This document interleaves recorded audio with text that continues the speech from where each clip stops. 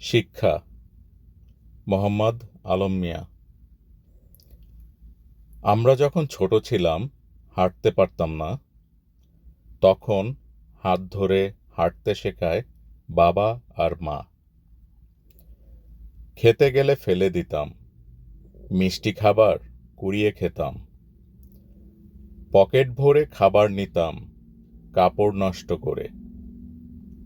বাবা মা রাগ করতো না, রাখতো মোদের ধরে। সারা জীবন কষ্ট করে মোদের গড়তে যেয়ে দিন গেল বাবা ও মায়ের খেয়ে বা না খেয়ে। মোদের যত আবদার ছিল যেভাবে হোক মিটিয়ে দিল। একদিন তারা বৃদ্ধ হলো, পাক ধরল চুলে।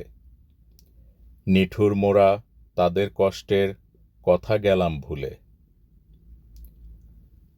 তারা এখন খেতে গেলে হাত থেকে যায় পড়ে, আমাদের মান সম্মান সব তাতেই যায় উড়ে। তাদের নিয়ে বাইরে যাওয়া, কোথাও দামি খাবার খাওয়া, সোসাইটিতে ইজ্জত রাখা ভীষণ কঠিন কাজ। তাই তো তাদের ঘরের কোণে ফেলে রাখি আজ। তারা এখন মরলে বাঁচি এমন মোদের ভাব। এদিক দিয়ে আমরা আবার হয়েছি মা বাপ।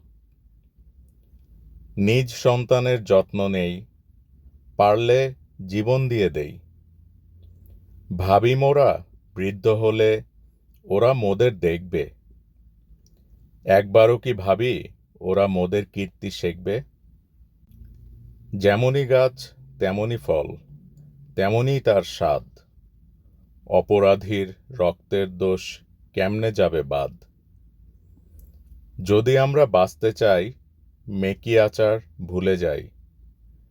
মা বাবাদের যত্ন করি, সন্তানরা দেখুক। মোদের জন্য করণীয় কি মোদের থেকে শিখুক।